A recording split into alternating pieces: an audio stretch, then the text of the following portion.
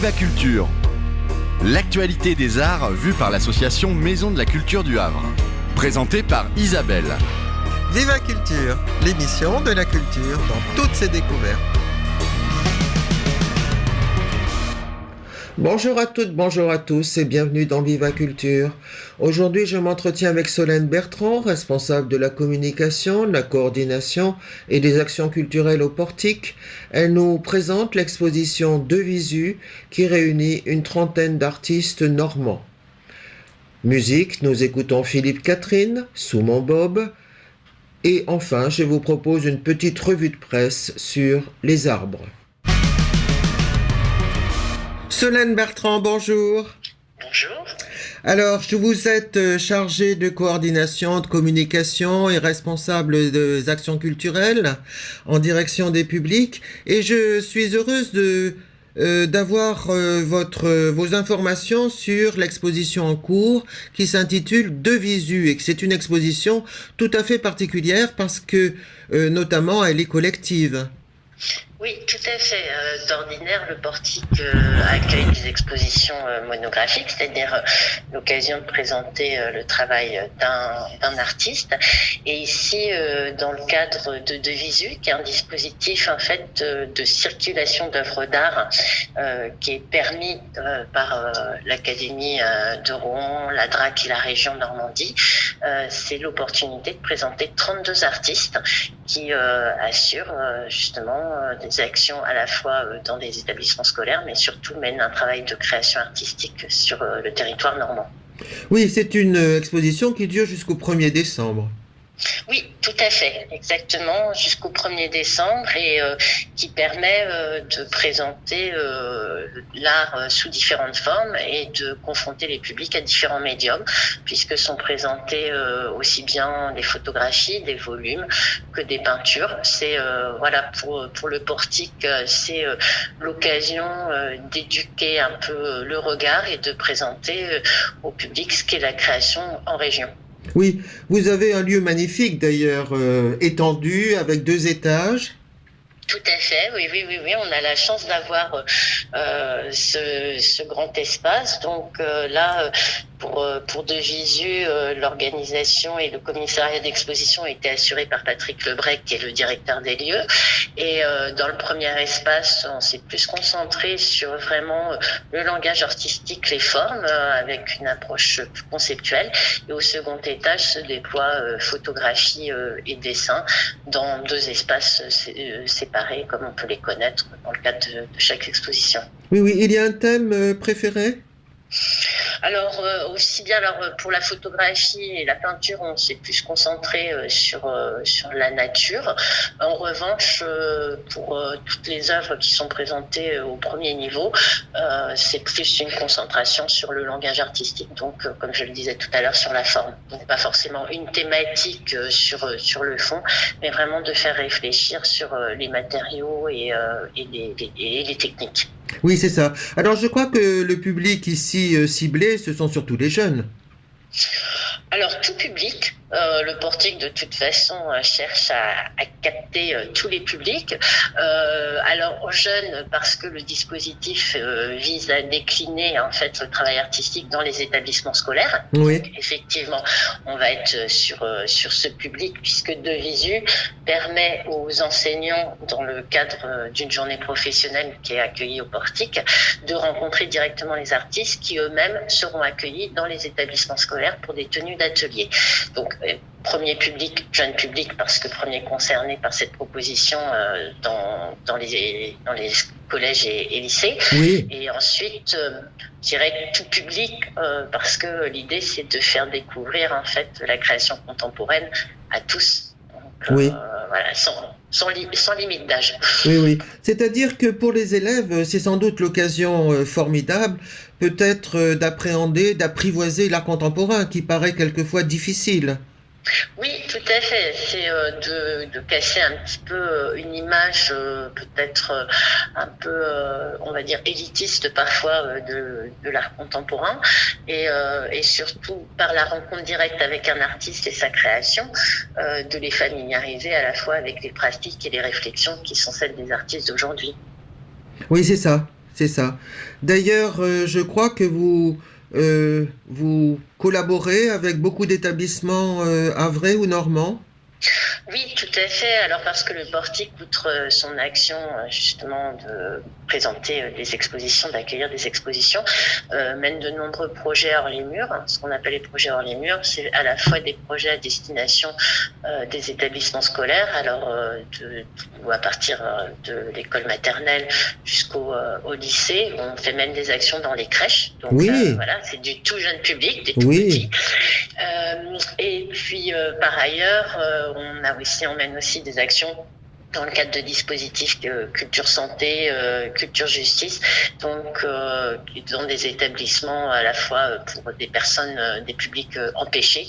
Et là, l'idée, c'est effectivement aussi de toucher des publics qui seraient pas forcément venus dans nos lieux et qui peuvent être éloignés de la culture et de la création artistique. oui, c'est ça. C'est-à-dire que lors de ces ateliers, on est amené à regarder, mais aussi à pratiquer. Voilà, exactement. Donc à la fois justement donc dans les ateliers hors les murs, toutes les actions que nous accompagnons, l'idée c'est d'échanger sur la création et ensuite soi-même de s'y confronter. Oui, c'est ça. C'est Donc ça. ça, c'est un point important. Et au même titre que le portique propose en son sein des ateliers qui sont alors les ateliers marmelade pour les plus jeunes et les ateliers famille, donc qui permettent enfants et parents de travailler conjointement. Et à chaque fois, ces ateliers sont précédés d'une visite en compagnie d'un médiateur et ensuite suivis d'un atelier de pratique artistique. En Oui. fait, dans tous les projets qui sont montés par le portique, il y a cette corrélation qui est importante, à la fois la découverte d'un univers artistique et aussi la confrontation à la pratique.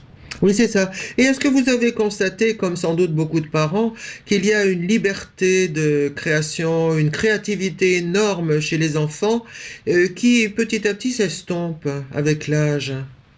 Oui, c'est-à-dire que effectivement, chez les enfants, on a moins on va dire, de barrières et de frontières, c'est-à-dire déjà même dans l'expression individuelle et personnelle, et que à mesure, on va dire chez les adultes, etc., il y a besoin de davantage travailler pour relibérer cet enfant qui sommeille en chacun de nous. Oui, voilà. Et Oui. ça, Oui. c'est vrai que c'est assez évident. Chez les enfants, voilà, il y a la spontanéité, il y a quelque chose qui est de l'ordre de l'audace. Oui. Les adultes perdent, mais retrouvent. C'est ça qui est intéressant. Ah, c'est ça. C'est ça. Oui, Oui, oui. il suffit, en appuyant sur d'autres leviers, mais de faire réémerger ça et surtout voilà, de s'autoriser à créer. Oui, Je pense oui. que c'est moins la problématique chez les enfants, mais chez les adultes, oui, c'est ça. Voilà. Et Ou finalement, même chez les adolescents, où après il y a des phases où en fait on a envie plus de se cacher, etc. Et donc c'est pas forcément très évident d'oser faire et d'oser montrer aussi ce qu'on fait. oui, c'est ça. Oui. Alors, vos 32 artistes sont envoyés dans les classes. Exactement. Donc chaque artiste, en fonction des affinités que les enseignants peuvent avoir avec les médiums utilisés et puis la démarche artistique, seront amenés à intervenir dans des secteurs, différents secteurs sur la Normandie, avec les établissements partenaires de l'action. Oui, oui. C'est une ouverture formidable. Bien sûr, formidable et nécessaire. Parce Oui. qu'effectivement, en fait, on forge à la fois les spectateurs de demain et puis surtout les citoyens, parce que Oui. dans les actions, voilà, qui sont menées, les actions de culture, c'est aussi amené à réfléchir sur le monde, à s'ouvrir davantage. Et donc, vu les temps qu'on traverse, je pense que ça est de plus en plus nécessaire, voire indispensable. Tout à fait. Alors, vous parliez aussi de proximité avec des artistes normands, ancrés dans le territoire. Oui, tout à fait. Oui, puisqu'en fait là vraiment le dispositif donc est soutenu par la DRAC, donc le ministère de la Culture en région. Ils ont reçu en fait des bourses et soutiens parce que artistes normands.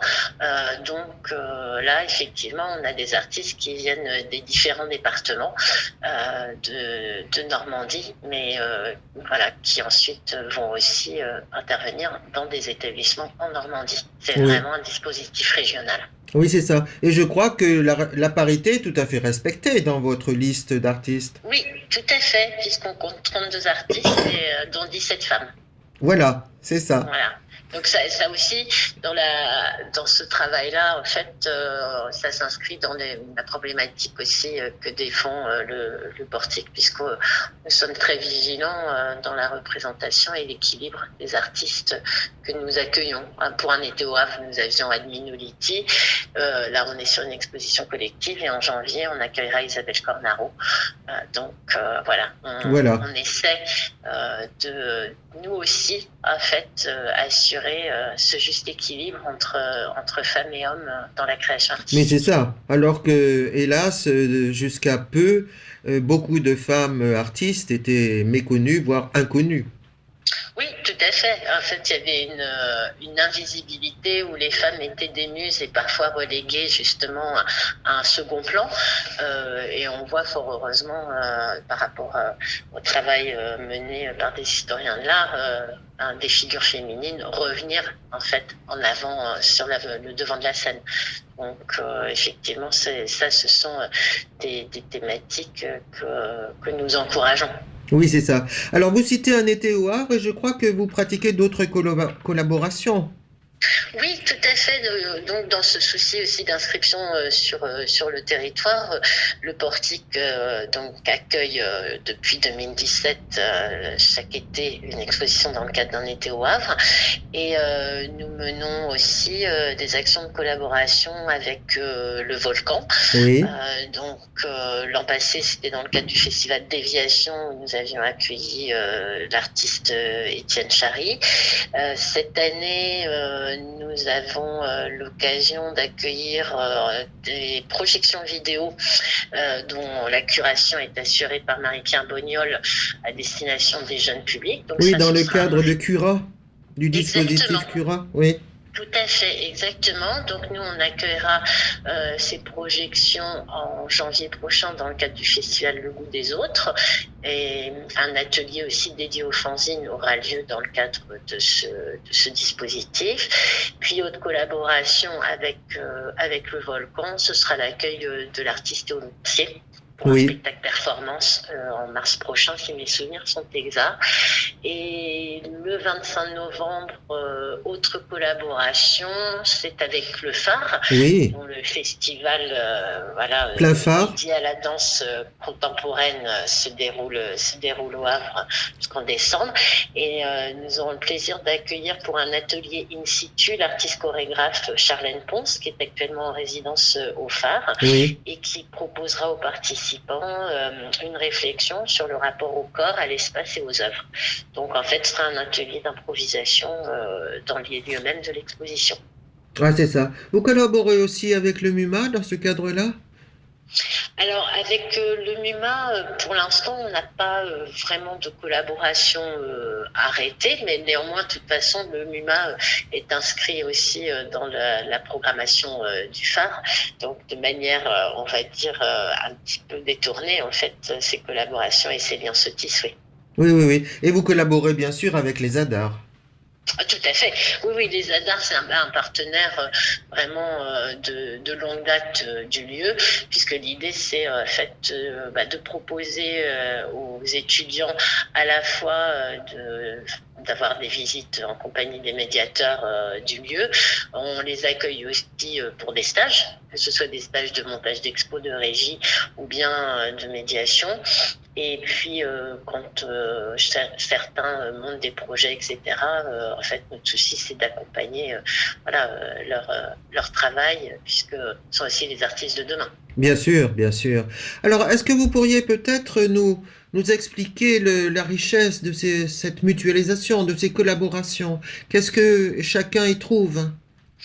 Alors, pour le portique, finalement, alors je pense que ce sont des choses qui sont partagées par tous les collaborateurs, mais pour nous, l'intérêt, c'est déjà l'émulation, de travailler en groupe, en fait, de partager des compétences différentes, des points de vue, parce que tous appartenant au secteur culturel, on est dans des disciplines différentes, donc c'est d'apporter des regards croisés et aussi de permettre de déployer une politique à destination des publics, puisque chaque lieu ayant des profils spécifiques, défendant des disciplines différentes, a la chance d'avoir un public aussi divers. Et ce qui nous intéresse, nous, au Portique, c'est en s'appuyant sur ces différentes structures, d'ouvrir notre lieu au plus grand nombre et de le faire connaître et de permettre à des gens qui seraient plus tournés vers la danse ou vers le théâtre de s'ouvrir à ce qu'est la création plastique contemporaine. Oui, c'est-à-dire que vous obtenez une certaine circulation des publics. Oui, c'est ça. C'est un fait de s'appuyer sur les publics de chacun pour ouvrir nos lieux et justement d'être dans un croisement à la fois des disciplines et des publics. Oui. Alors vous parliez évidemment du lycée, du collège et des écoles, mais je crois que vous avez des actions aussi avec l'IUT. Oui. Alors outre le fait que dans le travail de professionnalisation mené par l'IUT, nous on accueille pas mal d'étudiants en stage, notamment sur le registre com, etc. Oui. Ensuite, cette année, on a avec justement une section, un projet. On va accueillir de webzines, c'est-à-dire des étudiants qui réalisent des captations et formats un petit peu initiation à la communication et journalisme et qui se sont proposés de créer des petites pastilles sur le Portique et en fait nous c'est un partage de compétences qui nous intéresse et par ce biais-là, comme c'est un webzine destiné à la population étudiante, c'est là aussi dans notre recherche d'ouverture sur le territoire et d'ouverture au public de capter d'autres générations. Oui, c'est-à-dire qu'en fait, regarder les œuvres, c'est pas évident, c'est pas naturel, ça demande un travail. Oui, c'est-à-dire que c'est une éducation, c'est un accompagnement. Oui. Sur le Portique par son travail de médiation, puisque chaque exposition, on met à disposition à la fois de la vidéo pour accompagner la découverte de l'exposition, il y a un texte de salle, et puis toujours l'exposition se fait, la découverte de l'exposition se fait en présence de médiateurs qui sont là pour répondre aux questions, orienter, recevoir les regards. C'est-à-dire que vraiment, c'est pas tant dans l'éducation du regard, mais c'est un fait dans la multiplication de la confrontation à différentes pièces, différents modes d'expression, de se forger, cette culture-là, et puis surtout d'oser, en fait, oser poser son regard sur des œuvres différentes, oser aimer, ne pas aimer, mais au moins aller à la rencontre de ce qui se fait actuellement. Oui, c'est ça. Parce qu'en fait, on a souvent été formé par les musées, c'est-à-dire l'art, dirons-nous, classique. Oui, c'est ça. On est effectivement dans l'approche des formes et des démarches plus accoutumées à, on va dire, la culture institutionnelle, même si de toute façon l'art contemporain est représenté par des institutions. Mais peut-être qu'on a des représentations qui sont plus arrêtées du fait de l'éducation aussi qu'on peut avoir à l'art et des grandes références qui en même temps sont nécessaires et des points de repère. Mais effectivement, la création contemporaine est encore plus large, on va dire, dans ce qu'elle sollicite. Et parce que là, on parlait même dans le cadre de Visu de différents médiums, mais on n'a pas abordé aujourd'hui ce qu'est la création numérique, ce qu'est le travail sur la vidéo. Donc là, on sort du cadre classique qu'on peut connaître, du dessin, de la peinture, etc. Donc voilà, c'est vrai que... Avec toutes les questions que ça pose. Pardon? Avec toutes les questions que ça pose. Exactement, oui, oui, tout à fait. Ah, oui, tout à fait, effectivement. Donc, c'est là aussi, c'est l'art contemporain, c'est un art qui est en prise avec la société. C'est ça, et un art vivant. Exactement, Oui. tout à fait. Oui. Voilà, et qui s'empare à la fois de toutes les problématiques, les thématiques, et aussi de tous les types d'expressions qui sont possibles. Donc c'est vrai qu'on est justement, pour rejoindre la réflexion sur la mutualisation des lieux, l'art contemporain aussi est un haut lieu de la mutualisation des arts et des pratiques. Donc on peut y croiser justement dans la performance, être dans une approche plus théâtralisée du corps, etc. Oui. Ensuite le recours à la musique. Oui. Beaucoup d'artistes contemporains sollicitent différents supports. Oui, c'est ça, c'est ça. Voilà. Oui. Donc, Eh bien, écoutez, Solène Bertrand, c'est très intéressant, c'est passionnant. Donc, j'invite tous nos auditeurs à aller visiter l'exposition de Visu. Donc, elle dure jusqu'au 1er décembre. Vous rappelez votre adresse? Alors, nous sommes au 30 rue Gabriel Péry et effectivement, l'exposition, elle est disponible et visible jusqu'au 1er décembre, du mardi au dimanche, de 14h à 18h, et c'est en accès libre. Voilà. Eh bien, un grand merci, Solène Bertrand. À bientôt. Un grand merci à vous pour votre intérêt. Au revoir. Bientôt. Au revoir. Mais t'es où, Philippe, là? Ben, je suis sous mon bob. Bibi, maman. Sous mon bob. Sous mon bob.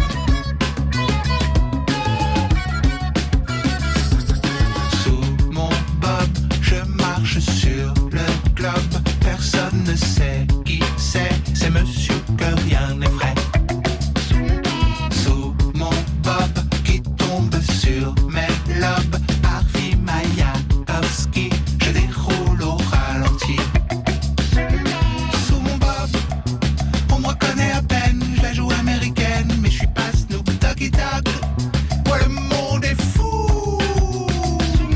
Sous mon bob, je promène ma bedaine et j'ai la cinquantaine, je distribue mes microbes pour les Cheng Zulu.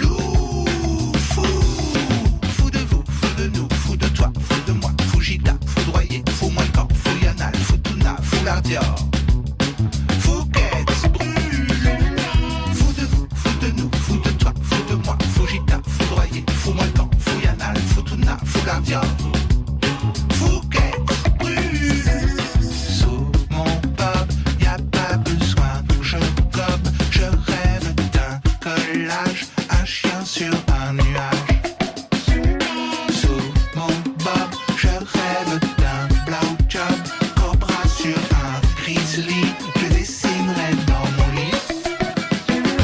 Sous mon bob, on me reconnaît à peine et je me crois pérenne en marchant sur le globe. Ouais, le monde est fou.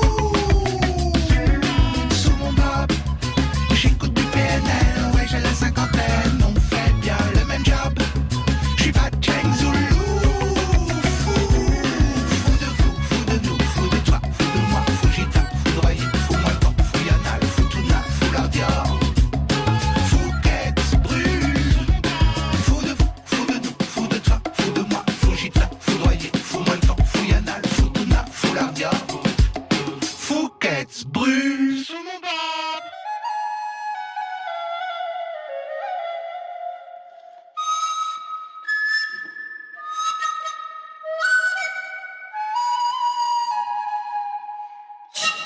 De temps en temps, je vous propose une petite revue de presse sur des sujets d'actualité. Effectivement, il me semble bon de présenter, d'approfondir, ou parfois de nous interroger sur certains thèmes qui font l'actualité, que l'on retrouve à la télévision, à la radio, ou bien sûr dans la presse écrite, et réfléchir avec vous à certains thèmes, culturels ou moins, mais indispensable pour connaître un peu le monde et la société dans lequel nous vivons. Si l'on parlait des arbres, et plus particulièrement de la forêt. Il est vrai que les forêts ont été longtemps perçues comme menaçantes. Au Moyen-Âge, par exemple, c'était des repères de brigands, et en plus, on pouvait s'y perdre facilement. Et ceci, c'est Philippe de Ficq, sociologue de l'environnement à l'Institut national de recherche pour l'agriculture, l'alimentation et l'environnement, qui l'explique. Mais il rappelle également qu'à partir du 19e siècle, une dimension esthétique et récréative s'est développée avec les peintres de Barbizon, et que parallèlement a émergé une vision techniciste et scientifique portée par l'administration et les forestiers. Il faut dire que 9 Français sur 10, par exemple, pensent que les forêts sont synonymes de bien-être et d'apaisement, et ceci, c'est une étude d'opinion réalisée pour l'ONF qui le prouve. Par exemple, un témoignage lors d'ennuis de santé, une promeneuse, adepte de la forêt, lève les yeux, admire les tilleuls et a une sorte de révélation. Elle l'explique, en voyant la puissance qu'il dégage pour aller vers le haut, cela m'a donné des clés. J'ai eu le sentiment d'une correspondance. Et Édouard Cortés, qui est écrivain, raconte lui-même dans un ouvrage intitulé Par la force des arbres qu'il a vécu quelques mois dans une cabane construite dans un chêne et qu'il a retrouvé ainsi le goût de la vie. Il faut expliquer peut-être que, bien sûr, les arbres sont victimes du climat, mais ils sont aussi porteurs de solutions. Les fonctions de stockage de carbone et de rafraîchissement sont apparues depuis peu. En ville, par exemple, la végétalisation a été étendue. Évidemment, dans ce contexte, couper des vieux arbres dans les agglomérations ou pratiquer des coupes rases en forêt apparaît de plus en plus insupportable et anachronique. Il faut constater que de plus en plus d'habitants s'opposent à l'abattage de platanes, par exemple, ou de chênes, près de chez eux, qu'ils soient quelques-uns ou des dizaines. On se souvient des opposants à l'autoroute A69 qui s'étaient perchés dans les arbres pour empêcher leur destruction, en vain. Mais dans les forêts, les contestations se multiplient également contre les coupes.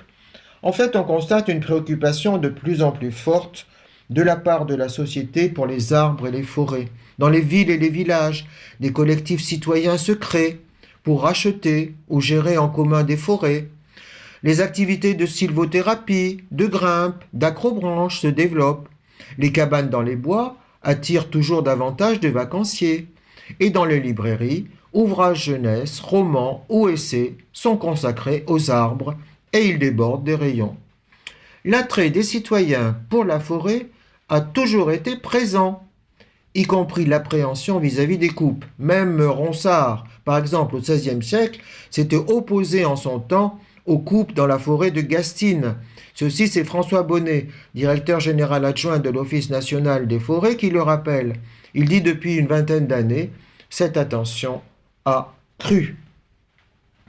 Et effectivement, on a le témoignage de cette femme à qui on a annoncé qu'on allait supprimer une longue promenade bordée de tilleuls, frênes, ormes, charmes, alignés. Tout ça pour créer une piste cyclable, pour réaménager les berges, pour créer un jardin. En précisant que 67 arbres étaient dégradés et qu'ils seraient abattus, mais voici ce que répond cette citoyenne. Si des arbres sont dégradés, il faut qu'on nous le prouve.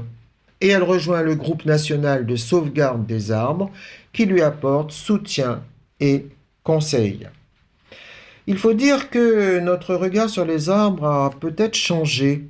Et ceci, c'est l'historienne André Corvol qui le décrit dans L'arbre dans la cité, une sorte de tournant survenu dans les années 90. La nature est de plus en plus placée sur un pied d'égalité. Pour les nouvelles générations, par exemple, bêtes et arbres nous ressemblent. Ils expriment des exigences, ils manifestent des sentiments, ils communiquent entre eux. Les voilà respectés, admirés, protégés. Et un livre témoigne de cette transformation, c'est en 2015, La vie secrète des arbres, de Peter Wohlleben, un ingénieur forestier allemand qui décrit comment les arbres communiquent et s'organisent entre eux. Il souligne leur sensibilité et leur intelligence. Ce livre a connu un succès phénoménal et même s'il a rencontré quelques contestations scientifiques, il a connu un tel succès. Pourquoi ? Parce qu'il fait vraiment apparaître des phénomènes de coopération entre les arbres. Et c'est ça qui a touché. Il apporte cette idée d'une nature de laquelle on est solidaire. Et ceci, c'est le spécialiste des forêts à France Nature Environnement, Christophe Chauvin, qui l'affirme. Nous avons peut-être peur du changement climatique, mais nos forêts, nous y tenons. Ce sont des lanceurs d'alerte et ce sont peut-être également des solutions. Vous venez d'entendre Viva Culture, une émission proposée par l'association Maison de la Culture du Havre, présentée par Isabelle Royer, réalisée par Mathieu Le Chevalier. À notre agenda culturel, notez le film Louise Violet, qui est en ce moment à l'affiche du Sirius. En 1889, l'institutrice Louise Violet est envoyée dans un village de la campagne française. Elle doit y imposer l'école de la République, gratuite, obligatoire et laïque. Voilà, bonne semaine à vous. À bientôt. Adhérez et adhérez.